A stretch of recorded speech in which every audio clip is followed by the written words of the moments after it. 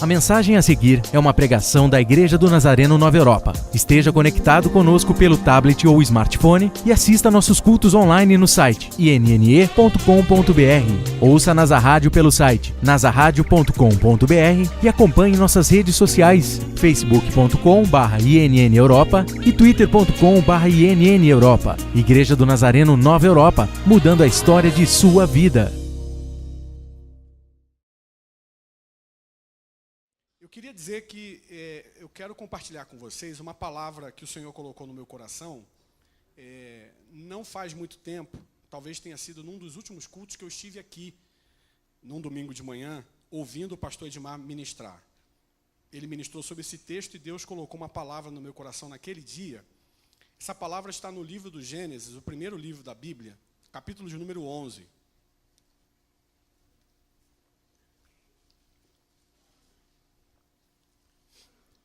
Livro do Gênesis, capítulo 11.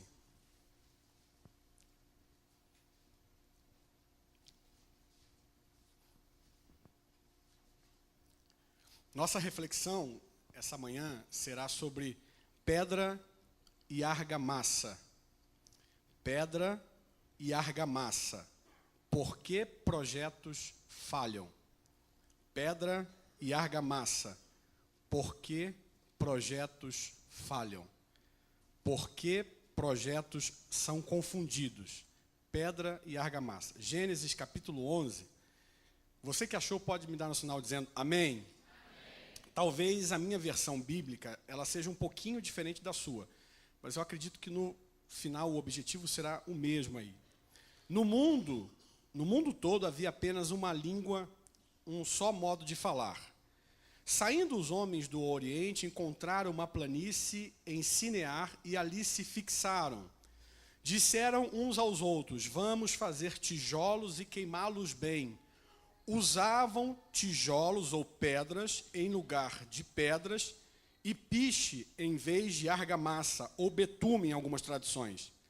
Depois disseram: vamos construir uma cidade com uma torre que alcance os céus. Assim nosso nome será famoso e não seremos espalhados pela face da terra.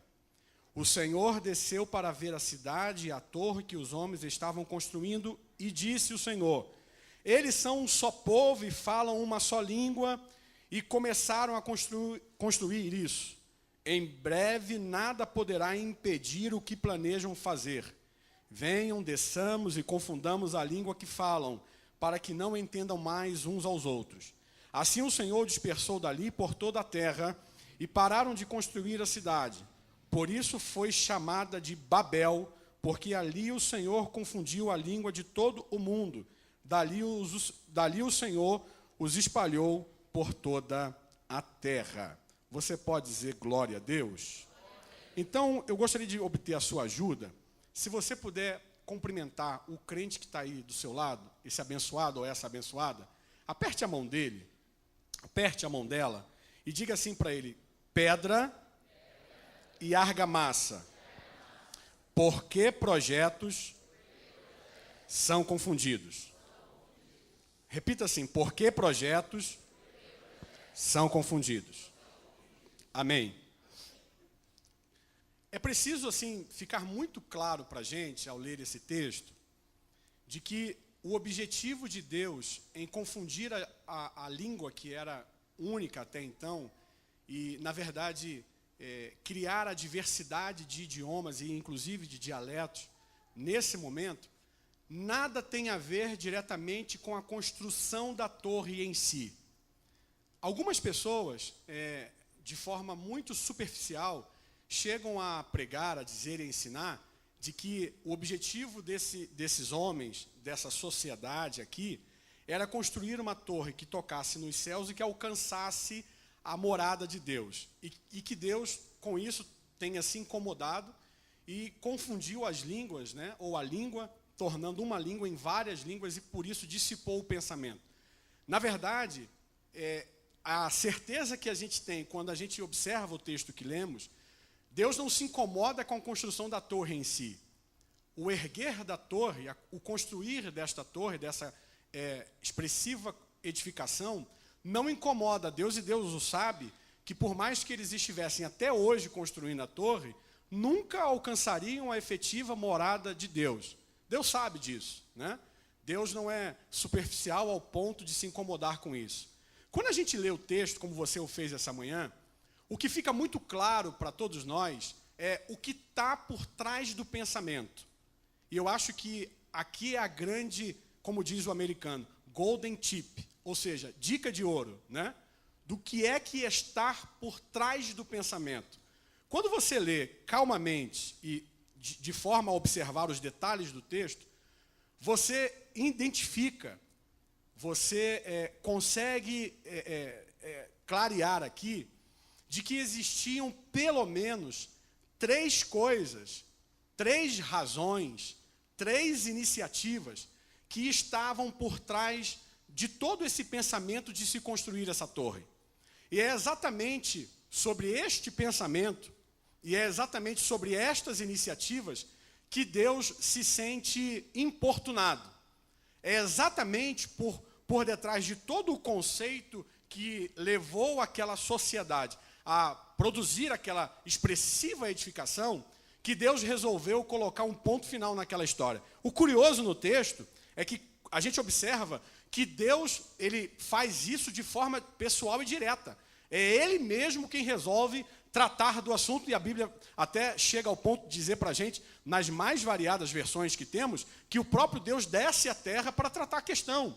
Deus se sente incomodado com as iniciativas, com aquilo que estava por trás de todo o pensamento que levaria ou que levava aquela comunidade a construir a expressiva Torre de Babel.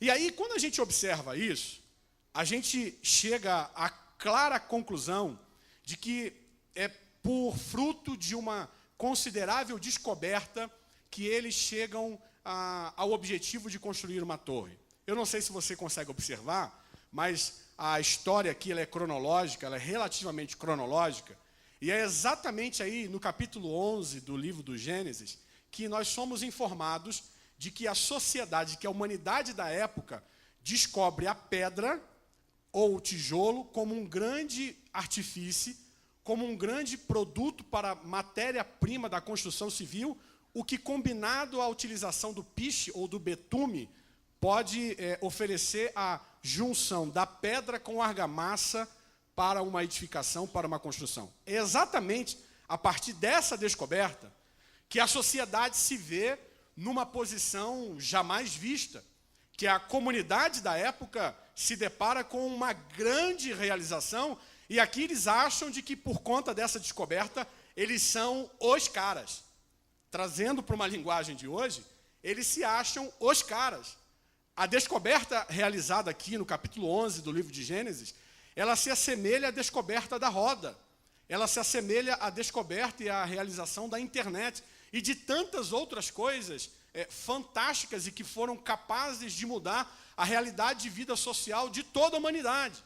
Eles descobrem a queima do barro na produção de tijolos, combinado à junção do piche ou do betume, o que produzia argamassa e dava condições de produzir expressivas edificações, e a partir disso, eles se veem diante de algo jamais visto, algo que pudesse efetivamente mudar a história da vida deles. Ou seja, há uma descoberta tecnológica, que é uma invenção, e que os leva a uma realidade de vista impressionante e que faz mudar o pensamento da sociedade da época. A gente se depara com todo esse pano de fundo e a gente chega à clara conclusão de que a vida ela é frequentemente desse jeito, sem pôr e sem tirar. A vida ela é frequentemente desse jeito. Por vezes, as pessoas mudam de situação, fazem descobertas, conseguem efetivar grandes realizações na vida, efetivam grandes e consistentes empreitadas, e se veem diante de uma posição jamais experimentada, e com base nisso, tem às vezes a iniciativa de querer propor coisas que inclusive fogem do plano central da vontade de Deus. E é exatamente isso que acontece com essa comunidade, com essa sociedade. E a gente chega à clara conclusão de que Pedra e argamassa para eles é a grande idealização daquilo que vai dar errado. Pedra e argamassa para essa sociedade são duas matérias-primas que alimentam algo que vai ser confundido. Pedra e argamassa para esse povo, para essas pessoas aqui, são dois elementos que parecem ser ricos, abençoadores, mas que na verdade vai produzir confusão, dificuldade, atrapalho. E hoje de manhã, eu não sei como é que você chega para esta reunião, não sei como é que está a tua condição de vida, eu não sei como é que anda aí o quadro, o cenário da tua realidade nesses últimos dias, mas eu espero que até tenha tido da parte de Deus algo semelhante a isso. Talvez você esteja vivendo aí a grande descoberta de uma bênção, a grande efetivação de uma bênção de Deus na tua vida, mas o que nós efetivamente esperamos aqui é de que esta bênção não se torne em problema, é de que esta bênção não te afaste de Deus, é de que essa conquista não te distancie dessa casa, te afaste desse santuário, te deixe estar com menos comunhão, com menos intensidade de vida na presença do Senhor. Ao contrário disso, nós queremos acreditar que toda boa dádiva de Deus, que todo dom perfeito, que toda grande realização que Deus tenha lhe proporcionado, sirva basicamente para que o nome de Deus seja adorado na tua vida e para que você seja um crente hoje melhor do que foi ontem, para a glória bendita do nome do Senhor. E quem é que pode dizer glória a Deus por causa disso hoje de manhã? Primeira grande verdade que a gente precisa destacar aqui e que é extremamente contraditória à vontade de Deus com relação àquilo que está por trás do pensamento dessa sociedade. Para eles, a edificação da torre, está no verso de número 2, tá, o que eu estou dizendo. Para eles, a edificação da torre era sinônimo de estagnação. A construção da torre tinha o objetivo de fazê-los parar. Percebam o verso de número 2, de que eles eram pessoas que inicialmente estavam, inclusive, cumprindo um propósito de Deus. Eles estavam transitando sobre a face da terra. Esse era um grande propósito de Deus inicial para essa sociedade, para a humanidade naquele momento. Quando resolvem construir a torre, o verso de número 2 vai informar para a gente que a partir dessa construção eles tinham o objetivo de parar de estar de um lugar para o outro. Eles resolveram fixar residência efetiva e fixa naquele lugar, naquela região, nas planícies de Sinear. A gente chega à clara conclusão aqui de que pedra e argamassa, para eles, os leva à confusão, os leva ao prejuízo do projeto, porque é um desejo de estagnação, porque há uma vontade de paralisia, de aposentadoria prematura. E quando a gente olha para a realidade bíblica e para aquilo que a gente sabe que Deus é capaz de fazer, eu preciso lembrar para você que sempre, invariavelmente, sempre, Deus está associado a trabalho. Deus está associado à atividade plena, à atividade constante, à realização permanente. Deus está sempre associado a isso. É muito curioso quando a gente volta a alguns capítulos e a gente vai lá para o início da história, lá no início do livro do Gênesis, e quando a Bíblia vai dizer a respeito de Deus como Criador de todas as coisas, a Bíblia o associa a um grande trabalhador, porque diz que ele trabalhou 6 dias e no 7º ele descansou. Ora, Deus se principia pelo mover. Deus se principia pelo trabalhar. Deus é trabalho em si. E Deus parece ter uma enorme predileção, por isso, como condição de vida para todos aqueles que ele assim o chamou de homem. E homem aqui tem sentido genérico, incluindo homem e mulher. E o que é mais curioso ainda, é que quando você olha o capítulo 2, o verso 5 e o verso 6 do livro de Gênesis, olha que coisa curiosa. Moisés está dizendo para a gente, embora Deus já tivesse criado todas as coisas, embora o habitar do homem estivesse pronto, olha o que Moisés vai dizer para a gente. Gênesis 2, 5 e 6. Moisés vai dizer para a gente que ainda não havia nascido arbusto sobre a terra. Ou seja, a terra estava desprovida do nascer das árvores, dos vegetais, daquilo que, inclusive, poderia servir como alimento para o homem. E aí Moisés vai dizer que isso se dá por duas razões. Primeiro, porque Deus ainda não havia feito chover sobre a terra. Segundo, porque ainda não havia homem para lavrar a terra. Eu aprendo aqui que o fruto, que o produto da bênção, às vezes ela é consequência do labutar, do trabalhar, do agir, do fazer. Eu aprendo aqui que o desfrutar do fruto, daquilo que vem como consequência, é fruto de duas coisas. Primeiro, da bênção de Deus. E é por isso que Moisés vai dizer para a gente aí que não havia tido ainda chuva sobre a terra. A chuva é sempre aquilo que nós não podemos fazer. Ela sempre está associada àquilo que eu não consigo materializar. Ela depende de um fenômeno que está fora do meu alcance. Isso está associado à bênção de Deus. Mas o texto vai dizer para a gente que ainda não havia havido fruto ou arbusto sobre a terra, porque não tinha homem para trabalhar.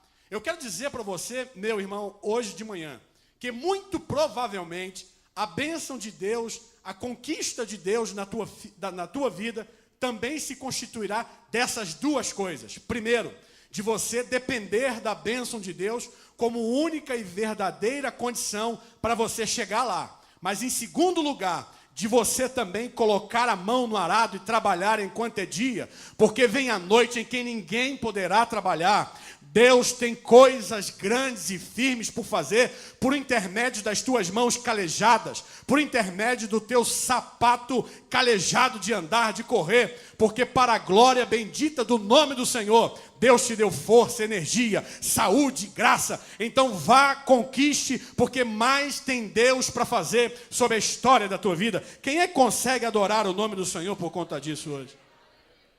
O objetivo deles era a estagnação. Era parar ali, era aposentar, era terminar. E aí quando eu volto, uma vez mais, a Gênesis 2 e 5, eu aprendo outra coisa. Às vezes nós temos a tendência de achar que o jardim do meu irmão está mais florido e mais abençoado do que o meu. Ao invés de ficar fazendo isso, eu preciso tentar entender se de repente ele não está trabalhando mais do que eu. Se de repente, por uma ordem consequente de uma efetiva obediência, não está havendo uma bênção eminente maior da parte de Deus para ele, porque ele tem sido fiel.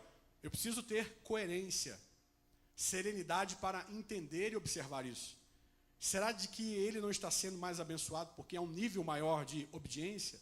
Será de que não está chovendo mais no jardim dele porque em fruto ou em decorrência da sua obediência, ali a chuva é abundante, mas o trabalho também é efetivo? Hoje de manhã, eu recebo graça da parte de Deus para dizer para você de que talvez você já esteja aí próximo da terceira idade, se é que existe terceira idade, mas eu quero dizer de que enquanto houver vida, de que enquanto houver fôlego, especialmente para você que ainda é jovem, moço, moça, eu sei de que você ainda é muito abençoado, eu sei de que você é muito abençoada ainda. Eu quero dizer de que ainda enquanto houver fôlego, saúde, vida e vigor em você, Deus poderá fazer ainda coisas grandes e firmes por intermédio das tuas mãos. Você pode dizer glória a Deus por causa disso? Deixa eu te dizer uma coisa. Se há algum tipo de sonho na tua vida ultimamente, se há algum tipo de aspiração, que o objetivo seja a estagnação, você diz assim, quando eu conquistar isso, eu pretendo parar. Eu quero dizer de que talvez você esteja enveredando por um caminho de confusão. Talvez você esteja enveredando por um caminho que vai ser confundido, por um projeto que vai ser falho. Escute-me, eu repito para você, Deus se principia pelo mover. Deus se principia pelo trabalhar. E esse trabalhar tem conexão com aquilo que nós fazemos como profissionais, mas tem mais conexão ainda com aquilo que nós podemos fazer para o reino. Deixa eu dizer uma coisa para você. Viver o reino de Deus não é contrair uma realidade de vida de sombra e água fresca. Contrair o reino de Deus é assumir a responsabilidade de cooperar ativamente para que esse reino se propague e cresça. E não me pergunte como, mas eu sei que você tem uma boa medida de contribuição com isso. Pastor Fred, mas eu não sei pregar como o senhor. Se me der o microfone aí para eu cantar, não fica um para me ouvir. E quem disse para você que trabalhar para o reino resume-se a pregar para todos ou apenas vir aqui e ministrar o louvor? Quem foi que te disse que reino de Deus está restrito àquilo que se faz aqui, ó, entre quatro paredes, nessa realidade aqui da comunidade, todos os domingos, todas as quartas-feiras? Quem foi que disse para você?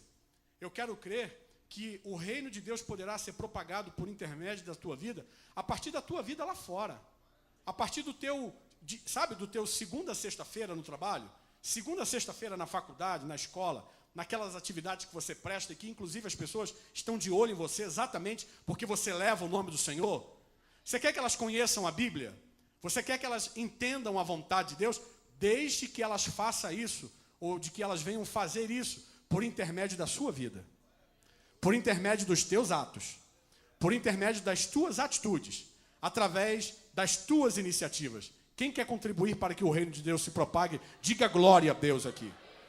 Eu tenho visto gente nova, isso me preocupa, tenho visto gente nova, com saúde, gente que ainda pode dar muito para o reino, gente que ainda pode contribuir muito para o evangelho no Brasil e no mundo, e que está dizendo assim, não, olha, eu já fiz demais, eu agora quero ficar quietinho e...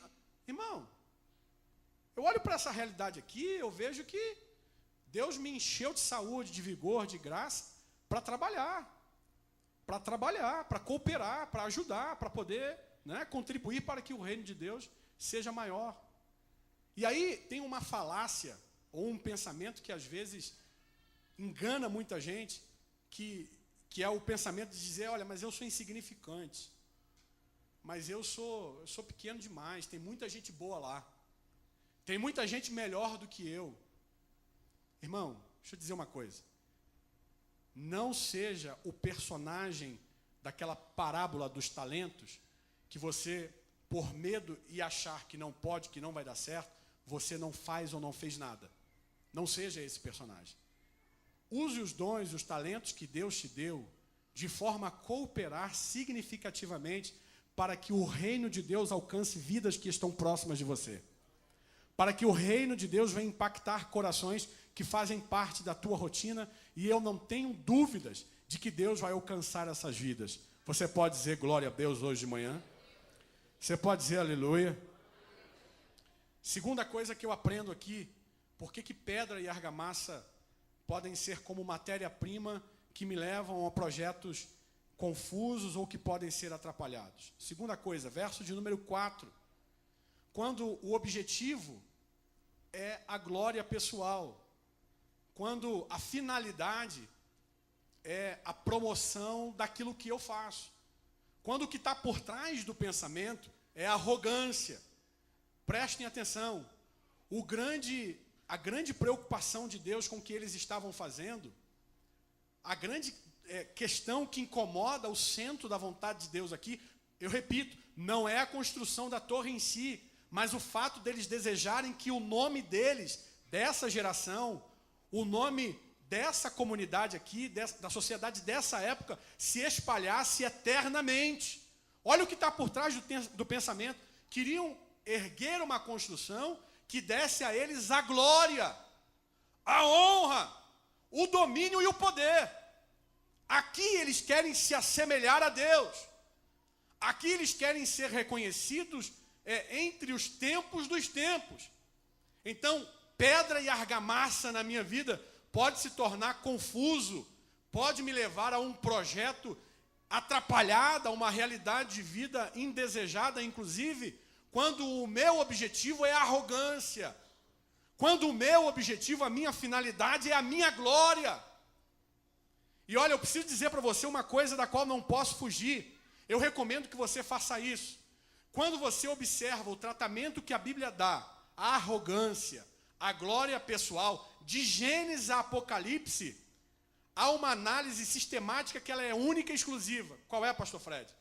Todas as vezes que a Bíblia trata desse tema, ela vai dizer para a gente que a reação de Deus é uma reação de detestamento, de insuportabilidade. Deus não suporta o arrogante. Deus detesta o arrogante. É impressionante isso quando você observa isso na Bíblia. A gente passa a vida toda dizendo que Deus ama o pecador, que Deus... Mas eu quero abrir um parênteses para dizer que quanto ao tratamento da arrogância, quanto ao tratamento da glória pessoal, o melhor exemplo disso é Provérbios capítulo 16.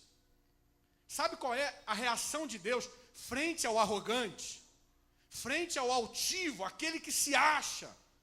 O tratamento de Deus é semelhante àquele remédio que a gente toma e que a gente tem alergia, que facilmente a gente coloca para fora.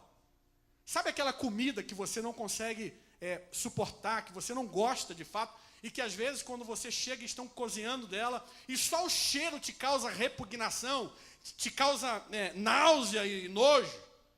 É esse o sentimento de Deus com o arrogante. É este o sentimento de Deus com aquele que acha que é a quarta pessoa da Trindade, como se isso fosse possível. E eu quero dizer a você uma coisa, hoje pela manhã. Nenhum projeto de vida, nenhuma grande conquista, nenhuma grande realização deve nos colocar num patamar onde nós achemos que somos os maiores e que, a partir disso, seremos imbatíveis. Eu tenho visto Deus fazer, especialmente na minha vida, coisas que eu não esperava. E esse retorno para o Rio de Janeiro, pastor Edmar, realmente é fruto de um grande produto da bênção de Deus na minha vida. E a gente passou rapidamente a ter uma nova realidade. Mas sabe o que eu tratei de fazer rápido? De me colocar no meu lugar de mortal. Morando onde vamos morar, fazendo o que eu vou fazer. E eu disse para a Daiana, não fica, eu passei a ter um carro só. E disse, olha, fica com o carro. Eu não quero carro, até porque eu vou trabalhar muito perto de onde moro. Eu passei a fazer uma coisa que eu não faço desde a época que eu era solteiro. Passei a andar de ônibus.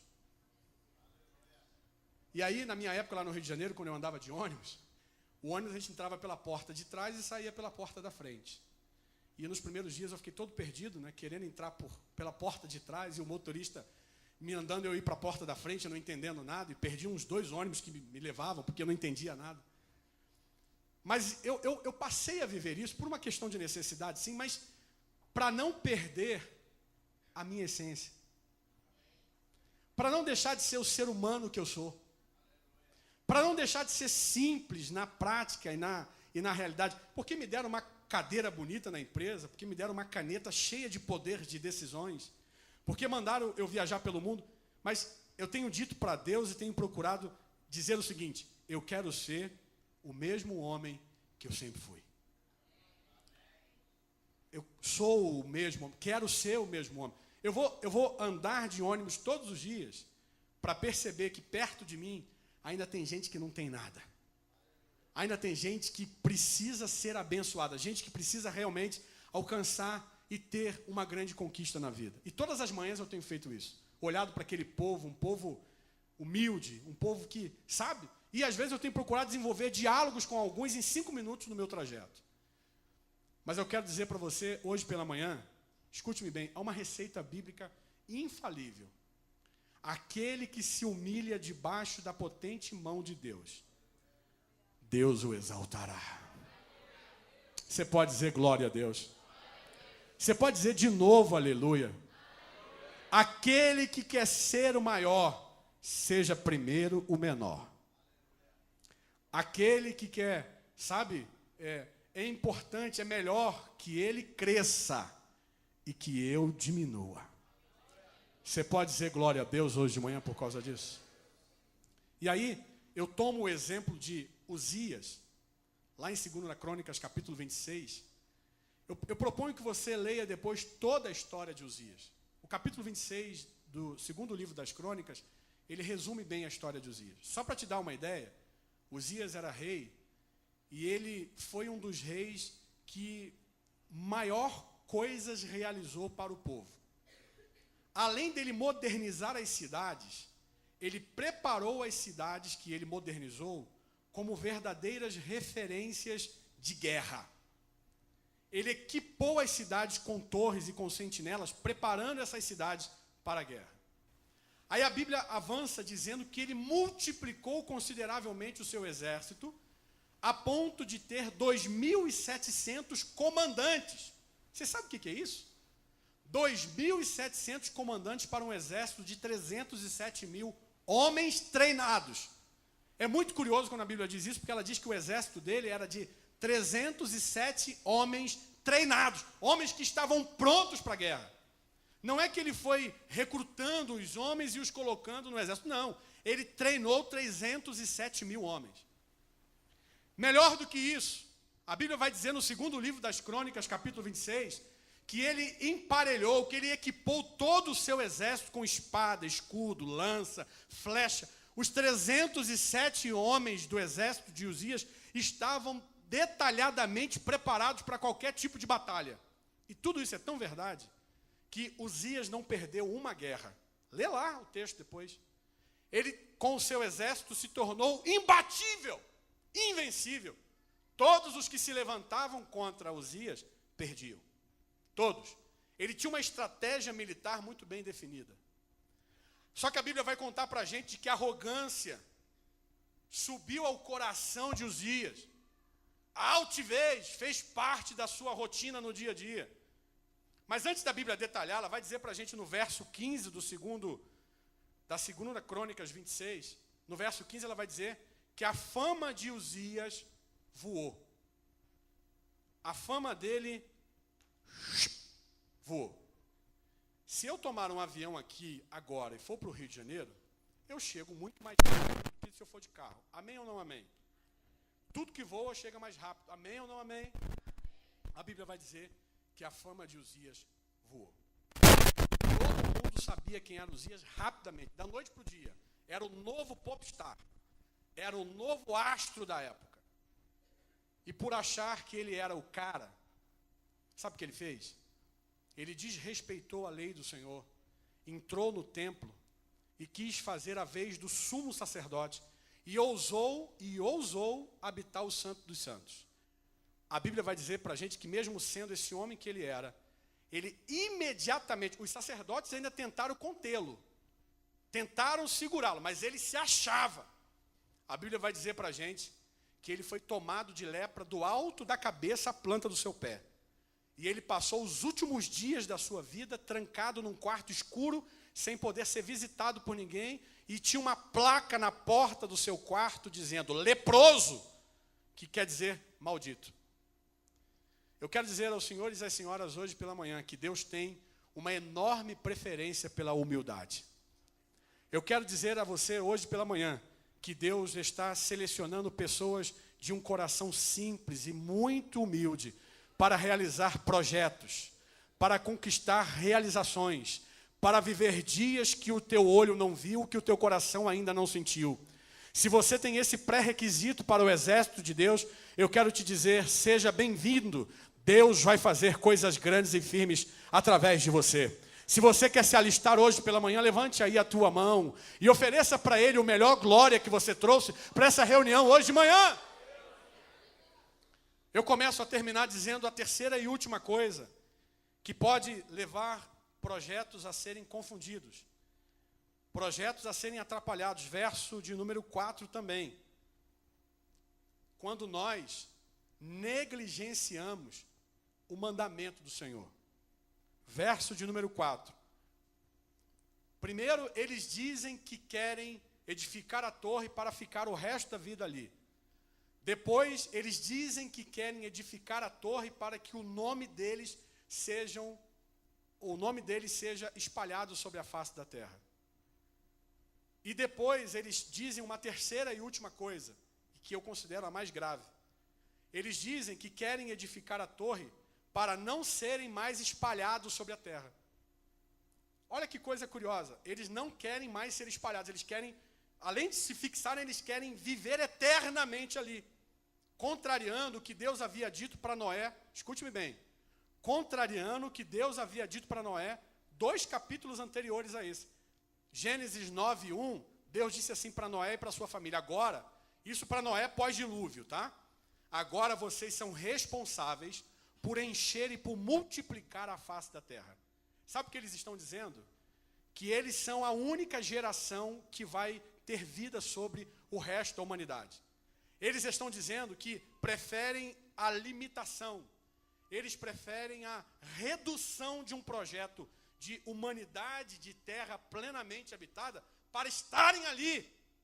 Eles contrariam a vontade de Deus, o propósito de Deus, de habitar, de espalhar a face da terra, de serem múltiplos em diversos lugares.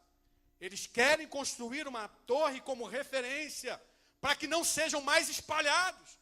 Eles estão contrariando a vontade do Senhor. E eu não tenho dúvidas que é exatamente, e de forma muito mais especial e impactante, por esse grande pensamento deles aqui, que Deus resolve, ele pessoalmente tratar do assunto, ele desce, vem à terra e confunde a língua e passa a criar diversidade de idiomas. Sabe por quê, irmãos? Sabe por quê? Porque aqui há engano. Porque aqui há contrariedade de um projeto que é maior do que o meu. É o projeto de Deus. O projeto de Deus é de que a humanidade seja espalhada, de que o homem seja multiplicado sobre a face da terra. Mas o meu projeto não. O meu projeto é ficar aqui, é habitar eternamente aqui. Deus vê o seu propósito ser relativamente comprometido e resolve tratar do assunto pessoalmente. E esse último ponto, nessa palavra hoje de manhã, me preocupa muito. Eu acho que é o ponto que tem maior conexão com a sociedade em que nós estamos vivendo. Eu acho que é o ponto que tem a maior simetria com a nossa geração. Sabe por quê? Olhe para mim. Porque nós estamos assistindo a uma geração que resolveu dizer de que a unidade familiar também pode ser uma realidade entre um homem e outro homem, entre uma mulher e uma outra mulher. A nossa geração, ela está indo tão longe com isso, que passou a ser normal nas cenas de uma novela, nas cenas na televisão, o contato físico de um homem com o outro, de uma mulher com a outra, o trocar das alianças, o chegar no altar, é uma realidade nas cenas de uma novela. E eu quero dizer aos senhores hoje de manhã, sem medo algum de errar e profetizar, de que a nossa sociedade continuará sendo confundida. É exatamente por iniciativas como estas que nós estamos vendo um povo que não sabe de onde vem nem para onde vai. Que coisas inexplicáveis fazem parte da realidade da nossa geração. É por isso que uma violência sem precedente, um egoísmo jamais visto, uma desigualdade que a gente não consegue resolver, coisas que o homem, com todo o avanço tecnológico, não consegue ajustar. Porque por trás disso tudo, há a clara consequência de uma decisão que a nossa geração está tomando. E eu quero, inclusive, adorar a Deus, porque eu sou apolítico. Deixa eu te dizer uma coisa, eu sou apolítico. Mas, graças à bancada evangélica lá em Brasília, ainda seguraram a Constituição no sentido de defender a relação de um homem com o outro, de uma mulher com a outra, como símbolo e expressão de uma unidade familiar. Deus guarde a nossa geração disso. Que Deus guarde a tua casa disso. Que Deus guarde o teu lar, os teus filhos disso hoje pela manhã. Eu quero crer que assim como aconteceu no Egito, em que foi passado o sangue sobre a porta dos hebreus, Deus hoje vai proteger a tua casa e o teu lar dessa praga social. Os teus filhos não, os teus filhos não, os teus filhos não. A tua casa não, o teu lar não, a tua descendência não, a tua herança não. Se você deseja viver a plenitude da família na presença de Deus, esteja de pé comigo.